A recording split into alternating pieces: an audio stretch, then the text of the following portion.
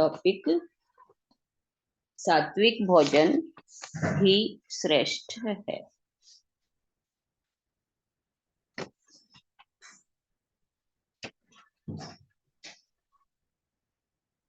सात्विक भोजन ही श्रेष्ठ है।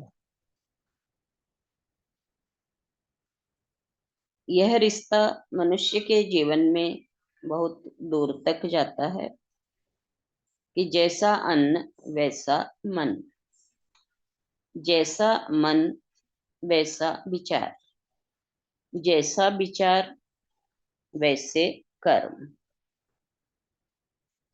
हमारे सारे क्रियाकलाप, हमारे सारे क्रिया व्यापार का आधार अन्न या भोजन ही है। हमारे सारे क्रिया व्यापार का आधार अन्न या भोजन ही है। मतलब हम जो भी कार्य करते हैं, जिस तरह से भी, सबका आधार क्या है? भोजन है। जो भी व्यापार करते हैं उन सब का आधार भोजन ही है।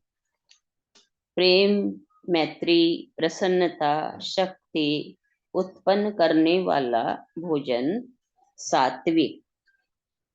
सात्विक भोजन क्या देता है? प्रेम, मैत्री, प्रसन्नता, शक्ति। ईर्ष्या, द्वेष, तृष्णा बढ़ाने वाला, आसुरी प्रवृत्तियों को बढ़ाने वाला भोजन तामसिक है। आज सभी जान गए हैं कि शाकाहारी की अपेक्षा मांसाहारी व्यक्ति को रोग जल्दी पकड़ते हैं। आज सभी जान गए हैं कि शाकाहारी की अपेक्षा मांसाहारी व्यक्ति को रोग जल्दी पकड़ते हैं। कटता हुआ पशु जिस भय और बेबसी और बदले की भावना का अनुभव करता है, उसका मांस खाने वाले तक ये भाव पहुंचते ही हैं। अन्न को ब्रह्म कहा गया है। अन्न को ब्रह्म यानी परमात्मा कहा गया है। इसका निरादर देवता का अपमान करना है। इसीलिए अन्न को भोजन के रूप में तैयार करने की प्रक्रिया भी पूजा अर्चना से कम नहीं है।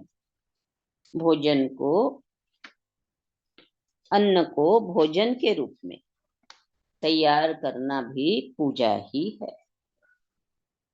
अन्न के खेतों से थाली तक पहुंचने की यात्रा में कई पड़ाव हैं। कमाने, परोसने और खाने वाले व्यक्तियों की मानसिकता अन्न के पोषक तत्वों को प्रभावित करती है। रसोई बनाने वाला इस प्रसंग का सूत्रधार है। खाना बनाते समय उसकी मानसिकता कैसी है? खाने वाले के प्रति उसकी भावनाएं अच्छी हैं या बुरी? यह काम उसे मुसीबत तो नजर नहीं आ रहा खाना बनाना? घर में उस पर कोई अत्याचार तो नहीं हो रहा? उसे भूखा तो नहीं रखा जा रहा? इन सारे प्रश्नों के उत्तर यदि हाँ में है तो निश्चित रूप से भोजन में नकारात्मक तरंगें पैदा होंगी। अच्छे से अच्छा व्यंजन भी अपाच्य बन जाएगा। घर में नौकर रखने का रिवाज या जरूरत आजकल बढ़ गई है। घर भर के सदस्य जो खाते हैं वही भोजन सेवकों तक भी पहुंचाना चाहिए। यानी हम जो खाते हैं वही हमारे मेड भी खाएं, ऐसी व्यवस्था हो। हमारे यहाँ तो पूरी खुली छूट है कि हम घी खाते हैं तो उनका भी खाना घी में ही पकता है। यदि दुर्भाव होता है, यदि हम दुर्भाव करते हैं तो सात्विक होते हुए भी वो भोजन मन को अशांत और रोगी बना देगा। हम अपनी दादी नानी को याद करें। पहले रोटी बनाते समय सिर पर दुपट्टा या पल्लू रखकर खाने वालों के कल्याण की कामना करती हुई दिखाई देती थी।